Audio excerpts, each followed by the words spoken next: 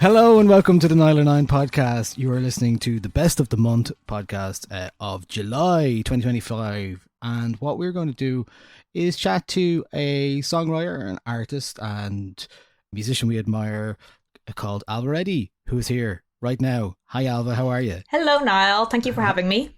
No worries, thanks for coming on. So what we do is the Best of the Month is typically talk about the best new music of that particular month, album and songs and whatever else, you usually with a new slant.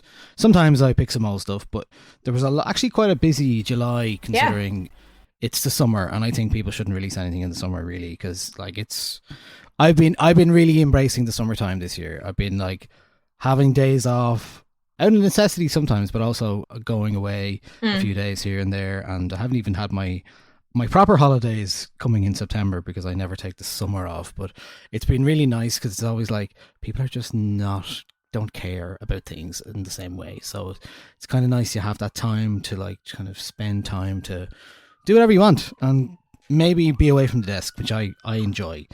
So I want to ask you about what you've been up to, because I think there's quite a lot coming down the pipeline for Ailbhe Reddy, right? So how has your year been? The year has been just loads of background work, do you know? Like the only real run of gigs I did was around South by Southwest. And then other than that, it's been like dead quiet and a few little festivals, little kind of bits around here and there at home.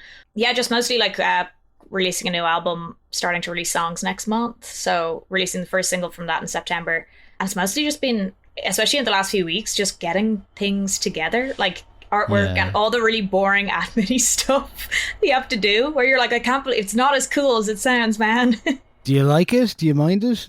Like getting that stuff together, surely it's a bit exciting as well, because it is, yeah. It's something new, so it's a lot of like hassling other people like about things that you need from them, which I don't like that bit, but I do like it when it all comes together. Plus, but like, realizing the thing that you've gone, because I've had the record recorded for ages.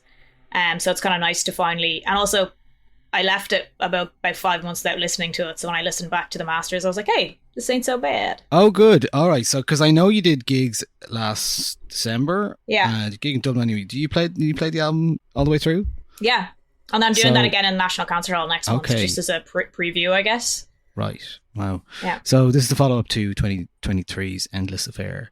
Yeah. Do you have a title for it? Do you know what it's called? Yeah, it's called Kiss Big. Kiss Big. Yeah. Nice. Okay. Which was just a funny thing someone said, and I ended up going back and forth. And then it was actually Bridie, like Soak Bridie Mons Watson, who said, why aren't you just calling the album that? It's such a cute title. And I was like, you know what, fine. Yeah, good. I like it. Okay, nice. Okay, we'll look forward to hearing more about that as well. And you've also recently started a Substack, which is one of the reasons why I contacted you about doing this, because I was noticing you were consuming a lot of different media, whether it be trash TV or otherwise, but you're also talking about a novel that you are working on as well. So yeah, so I've been kind of getting it. I got a literary agent there in February, March kind of time, and have been working on lots more writing. I've always kind of written but not shared it, and Substack is an easy place to kind of share it, and kind of a really nice response from it, actually. Very surprising. I think people really miss, I'm not someone I never really got into TikTok or any of that stuff. I don't really like watching someone talk to screen. I love podcasts and I love reading, but like the kind of short form video content doesn't really do it for me. So I really miss Twitter. In its heyday. Yeah. I think that's what Substack is for a lot of people, isn't it? It's like a text-based place that people can go and check in. I think you're right. I totally understand that. I mean, apart from like checking out short form videos, I'm always like, oh, I should look at TikTok more, but like I don't have the time. And then you have to play it, the volume, and like I'm just like, I feel like an old person now in a real way, where I'm like, I just don't want to have to listen to somebody all the time. I spend all my time listening to music and I enjoy that, and I don't want to spend like all my time listening or watching content as well. Like I'm like, I love podcasts and I love things like that, and things you can listen to while you're doing other things as well, which are, or the third screen, I guess there's what would they call it, third ears, third headphones, who knows. But that kind of idea is something I enjoy. So Substack, there's lots of good writing on Substack, lots of good music writing on Substack as well. I'm keeping an eye on it in terms of like what's happening there, and I always every now and again consider like jumping on, but I'm like, I've got enough going on. Yeah, platform fatigue is a real thing. Yeah, for I'm sure. just sticking to the things that I like. I mean, TikTok's great for discovering. I just did call it Tic Tac, which shows that I'm old too. What's it called? Tic Tac is great for discovering music. I mean, I have discovered stuff on it, but it's not really where I shine. I'm a bit scared of the whole, just I guess the content first idea now that it's kind of solidified, where you're like, you're coming up to release an album now, and like people have probably said to you, TikTok, TikTok, TikTok, and that's all that people seem to be saying. But you are somebody who's already built a somewhat sustainable career and a reputation for yourself through your own music to date. So like, I think if you're starting out from scratch, obviously people are going to go to TikTok and go like, all right, I'm going to try and break this. But you end up just being a content creator, I think, a lot of the times. There's no such thing as just, well, I just want to work on the music, Yeah, I think it's the same with anything, is like, if you're going to engage with it in your own way, so you don't feel crazy. Like, as in, I'm still going to engage with it and like put songs on it and do things in my own way, but like trying to do it the way that somebody else has done it feels not very authentic, and also maddening, and also just a bit embarrassing. So if you can do stuff in your own way, same with Substack, like I'm not going to write a massive think piece about climate change because I don't know anything about it, even if that's what's doing the numbers, but I can write about my week and how much I love Sex and the City. Do you know what I mean? Sure. Cool. Well, it's nice to be able to check in with you on that. That's ailbhered.substack.com. You can see that. And the forthcoming show, National Concert Hall, September 20th. Sure is. You're playing the album in full as well there. So, yeah. But before we get to that, and before we talk any further about that, I would like to hear what other stuff you've been listening to over the last while. So, Ailbhe, we're going to start with, well, I guess in many ways, a big song of the last 6 weeks or so. And that is CMAT's Eurocountry. Have you seen CMAT recently? Where have you been? Have you seen her?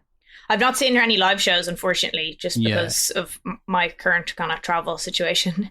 But so you're based in London, yeah, and then sometimes you're in New York. Between London and New York, kind of for the last 2 years, yeah. And have you been back to Dublin much? Little bits here and there. Yeah. I like to fly through Terminal 2, Yeah, I mean, I've been just watching her new record rollout and loved every single thing. Was just immediately bought in when I heard Running Planning. Just loved the video, love all the videos. I've been curious, always been so good at that side of things as well. And then I love the production. Ollie Deacon, who's been doing the production, has done such an amazing job in this album. It kind of felt like everything was just building. And this song, I just heard that bridge section. I think it's the first time in kind of the last, maybe like the last 5 years, where I've just been waiting for a song to come out. Like I was actually listening to that bridge section again and again and again. And it was the first time, because I usually just catch up on stuff. I'm not that, avid of a fan for most things that I'm like waiting, chomping at the bit for something to come out. I mean, who has the time anymore? And there's so much stuff, but this was something that really like cut through for me, like the bit that she shared about, all the big boys, all the birdies, all the envelopes, they hurt me. That immediately grabbed me. And by the time the song came out, I was on a bus home in London, and I saw that it had gone out, and it was like, 5 past midnight, and I put on my headphones in the bus and listened to it straight away, because I was like, I really want to hear the rest of the song. That never happens anymore. That's really special. Yeah, for sure. Yeah. And she had 3 singles before this: Jamie Oliver, Petrol Station, Take a Sexy Picture of Me, Running Planning. And then we come to, until very recently, I thought the Eurocountry song was kind of like an album closer, but it's actually kind of really an album opener. Yeah. It's really the first proper song on the record.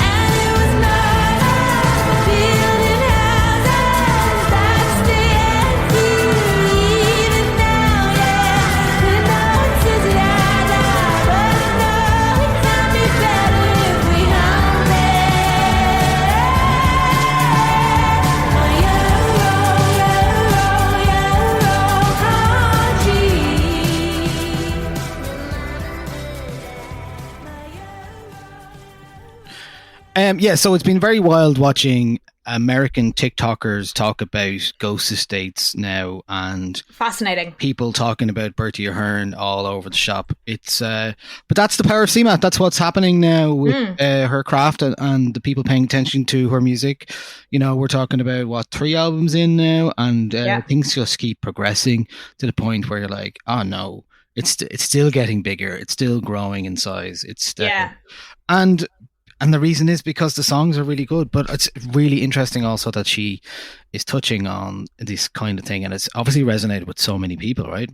I think that anyone of a certain generation heard that, just that bridge that she shared, and she was kind of shared that, and she even shared like an old communion day video as well with that over it. Just that wasn't part of the video, but just something she had as a video up with that bit, and it was like it's really moving. Like as in, so many people kind of saw themselves in that song or their friends or whatever, and I mean, it just shows the kind of the level of discontent with Irish people of probably 2 or 3 generations. Mm. I've just been really fed up, and it's coming across in loads of the songs. It's coming out. It's coming out everywhere. And also, I'm just so impressed whenever anyone makes a political statement in a song, but it's pop and sounds really fun and good. It's also that song is every. I'm in London at the moment, and I'm hearing that song like a few times a week, just out and about. Like it's huge. Right. Yeah. Yeah. It's crazy. Yeah. Because later on, I want to talk about songs of the summer. And, Hmm, there's different criteria for songs of the summer, but one of them is certainly hearing it out in the world. And that's a for big part sure. of it. And yeah, it's just been really incredible to see this kind of like almost depresso anthem really kind of build and build and Yeah, build. And the album's not out for like 2 3 weeks now. I think it's yeah. 29th of August. So, and like I said, this is the second song on the first proper song on the album. The first one's an intro. So it really does set the scene. And Hmm, yeah, I think it's among her best work so far. So it's for all very sure. exciting. So I was at All Together Now last week, and unfortunately, I had the ultimate clash of I was playing the exact same time as CMAT, which was highly, Heartbreaking. highly, highly unfortunate for both me and for just me wanting to actually see her. Yeah. It Oh, it looked was. like an amazing set. Said It it. The was. Glastonbury Everybody set said was it was insane. amazing. Yeah, I think Yeah. it started with the Blasphemy thing, right? Because like the Hmm. summer really hit when Glastonbury played CMAT, and I was talking to people who were there afterwards, and like everyone was just talking about what is it, the Dunboyne two step and all that kind of stuff, and how she's like just really like yeah, she's kicked on in a big way that Hmm. really like is super impressive. And yeah, this song is probably one of the biggest ones she's had so far, and everyone kind of it keeps happening. It keeps happening like this for CMAT. So Yeah. excited.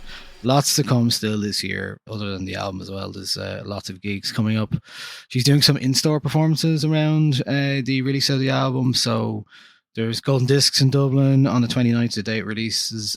There's then the following few days. There's ones all over the UK, Nottingham, Liverpool, London, Kingston, Brighton, Bristol, and a US tour and back to the UK. And then the big Three Arena gig in Dublin on December 5th. So Yeah, that's that's a gonna be big one. incredible. That's a That's a big one. big I'm one. hoping to catch one of the US ones anyway. Or Oh, the great. yeah, so I'm Lovely. hoping to catch one of the ones in the UK or the US because I just keep missing the ones that are in London. Yeah, sure, sure. Great. Well, that's CMAT, Eurocountry. Lots to come from her. I'm going to pick a track. Well, I'm going to pick an album actually, because the reason I was going to talk about this later, but it actually follows on from what you're talking about with CMAT. There's a lot of Mm. discontent, societal discontent in the new album from For Those I Love, which is no big surprise considering if you've heard For Those I Love's music before. It is always Dave Balfe is the main artist behind For Those I Love. Obviously, 2018, 2019 released a debut album. Firstly, just independently on his own on Bandcamp, and I remember writing about it. I had him on to chat about the record, and it was obviously such an intensely personal record to talk about. It was about the passing of his friend Paul Curran, who was a poet and a musician that he played with in a band called Birthed Out.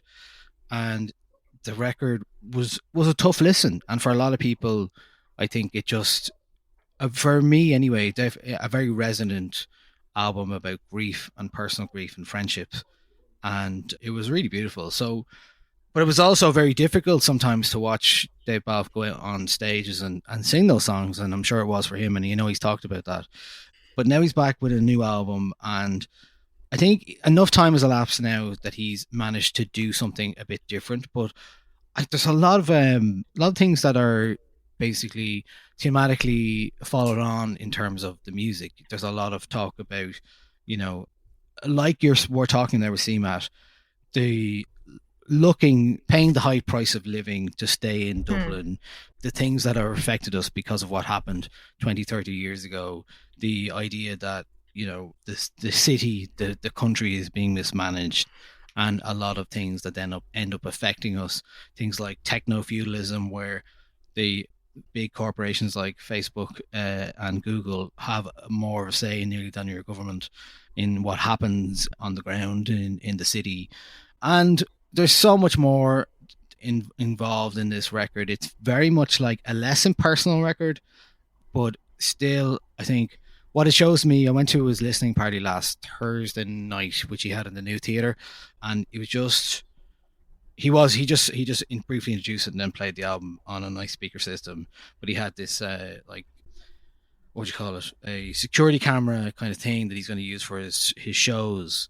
It's there, so it's a lot about surveillance and about, you know, protecting what the corporate is protecting their own, and then everyone else left to fend for themselves. And it is a lot more personal from him as well. There's songs on it about kind of, you know, like doing your best and still feeling a bit disillusioned, being a working class Irishman, you know, living in a capitalist society, the rise of the far right, the ravaging of Dublin City soul. And amongst that, I think he's trying to like push on and kind of figure out like, how do you exist within that as well? How do you exist?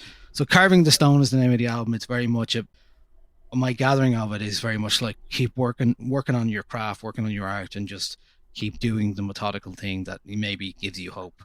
Here is a bit of the opening track, Carving the Stone. And a smile, afraid of the cost if we knew. It's that Joe Gann's blood in his hands, hard man, black and blue, made to confess under threat to a wealth of his sins. He was punished for his crimes and for some things he never did. His Disney mug filled with discount tonic and gin, and his blood-stained grin still staring cold at us kids. He couldn't shoulder the burden of that boulder. Back to the start of the hill, into the hands of the holder. I can feel it too, each day I get colder. My best mate said it's fine, I have time, but I told her modern life makes fools of our kind. Now we're older and we're torn apart mentally, torn apart by dreams of what we're meant to be. But I have new roads sent to me daily. Praise be, thank Jesus I'm not alone. My mate said hold tight and the weight will get lighter. I said I'm fine, I'll keep carving the stone.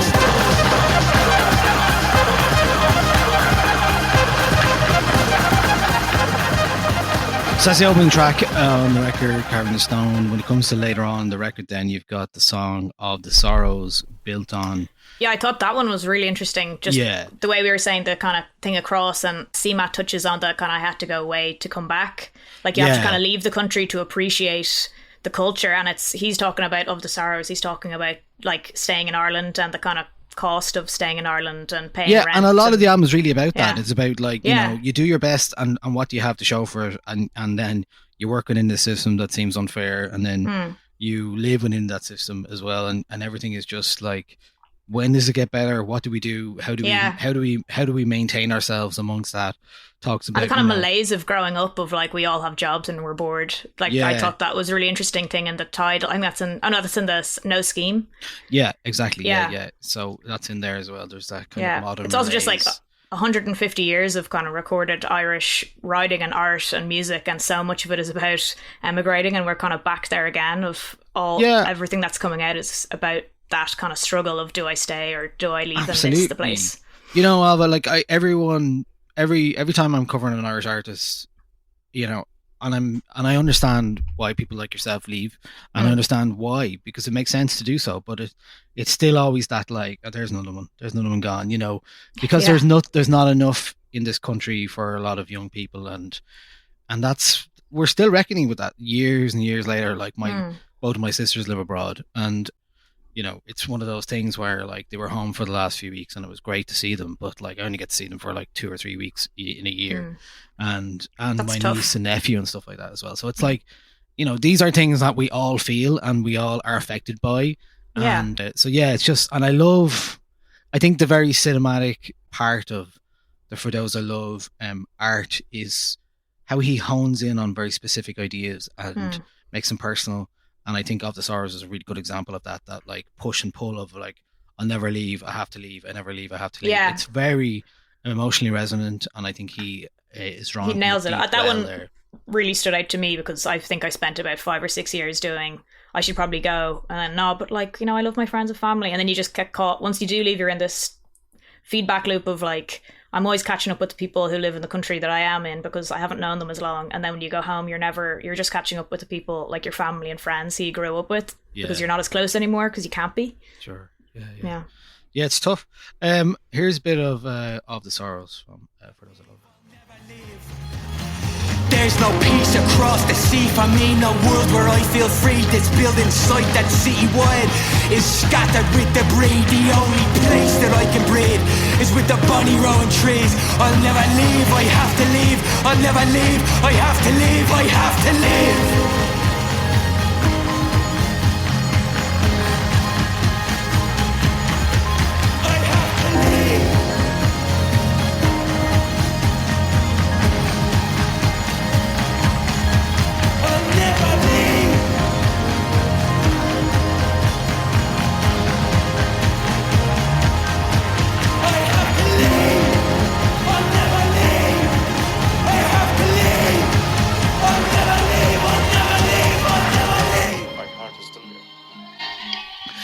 Yeah, there's a lot of there's actually a lot of shouting on this record as well, which, you know, like a pure expression of that anger and of that frustration. Like the song Mirror, at one point he's just screaming the word cunts, cunts, cunts over and over again. But like musically, it's expression. Musically slightly different. It's kind of sharp productions, very spectral electronic productions, but it has like some of that. He's always had this drawing from these like kind of retro club sounds.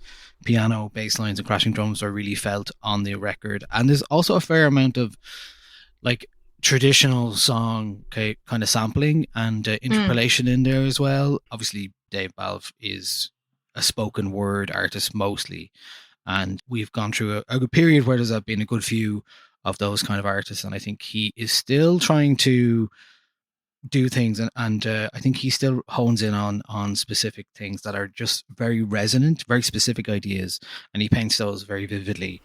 So I think it does largely sidestep any kind of heavy expectation he might have had because of the debut. That's a hard rock to get under in a way, so he's kind of carving his own new stone, blah blah blah. So I think he is, you know, a keen observer of what's happening in Dublin and what's actually happening to people who are living here, and I'm sure many other cities as well. So it's not just, it's a universal thing as well. So that is Dave Balfe, For Those I Love, Carving the Stone. And so what are we going to go to next? Oh, we're going to another Irish band, your choice, and that is Sprints.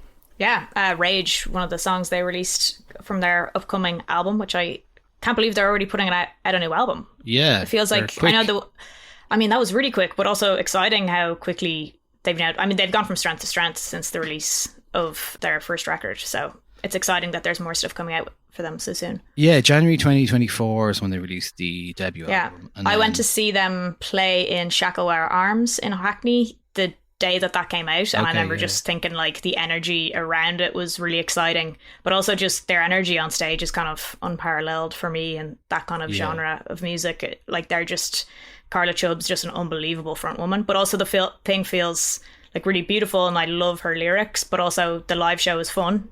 Yeah, exactly. Yeah. So the album's called All That Is Over. It's out on City Slang worldwide and Sub Pop for North America on September 26th. Here's a bit of one of the 2 songs that were released so far, along with Descartes as well. So 3 in total. This is Rage on the record.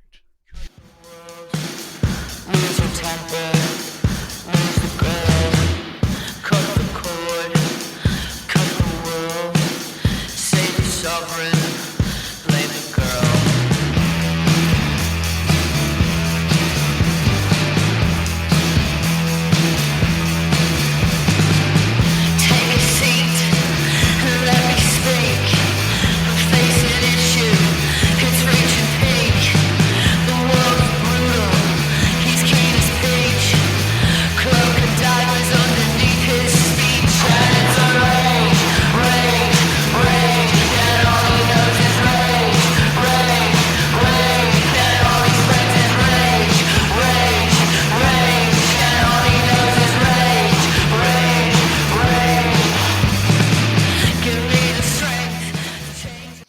So they say about, Carla says about the new song, I think in the world today it's a lot easier to be angry than it is to help facilitate change. People are fatigued, disillusioned. It's understandable, but we shouldn't be pointing the finger at those already marginalized and making them shoulder the blame. The world is full of false prophets and false promises. It's time we call them out. Don't let the rage bait fuel the fire and burn us all in the process. Yeah, I think Sprints have been one of those bands who are very, very vocal the last year and a half about what's going on in Palestine as well, and like many Irish artists. So great to see them back. And yeah, are you going to see them, or any plans to catch up with them soon? Yeah, I'm hoping to see them kind of before the end of the year. When the album comes out. They're a busy band. They seem to be. They tour relentlessly. Yeah, exactly. They're just non-stop touring. Don't know how they do it. Yeah, they have. It feels like since I saw them last year, they've pretty much been on the go constantly. So that's In fairness, they're off right now, August, September, and then back at it. Well, November, and then straight into next year. It's amazing. What's Stamina? Sorry, what am I talking about? You can see they're completely on tour now, all across festivals in the UK and Europe. So they're touring with Fontaines, no? Are they? Yeah. I think they might be. Oh yeah, sorry, there's a couple of dates there, in Germany for sure. And wow, they're literally from today right the way up until end of November they're touring. So non-stop. Stamina. Non-stop Couldn't do it myself. No. Okay, so I'm going to pick a track that is indicative. This is something we end up talking. We've actually talked about this on all the best of the months with the special guest recently, because it's unusual to have a scene develop these days, because usually scenes are online, and the fact that the local scene. So there has been this kind of young Irish underground hip hop scene developing recently in Dublin, and they're all young artists, majority male and white for sure. It's very much like underground rap, very much a bit of hyper pop. It's also been called Irish Witch House, which to me is really funny because I've never heard that. Yeah. So Witch House was like a genre that was around in 2008 on the internet, like in American bands, with bands like Salem. So it was really like draggy, hypnotic, electronic music, and like sometimes the vocals were very like, I don't know, pitched down and stuff like that as well. Okay. So there's not really a lot of that, but there is maybe the music drags a little bit. So these artists that I'm talking about, the one I'm going to play is called C2, featuring Beddyminaj, right? So recently we've been talking about Death to Ricky, and he is a young Selbridge lad. Like they're all very young. They're like lads in there who are 18, 19, 20. And it's just really been interesting because the music kind of draws from that kind of dark witch housey style sometimes. It reminds me a lot of the cloud rap stuff we had before, a bit of hyper pop as well. With Death to Ricky was interesting because he actually did a headline show. Rarely, like usually when a scene develops or like there's a rapper who's like releasing tracks online, they generally tend recently not to do gigs, but did a wheeling show. So that was interesting. That was a couple of weeks ago. And C2 is an artist who just released a 32-minute full-length album called Yola Express. The interesting thing about C2 is listen out for the ID tag, which is the Lewis bell, right? So here's the track. It is 2 minutes long. I'll play a bit of it here. December.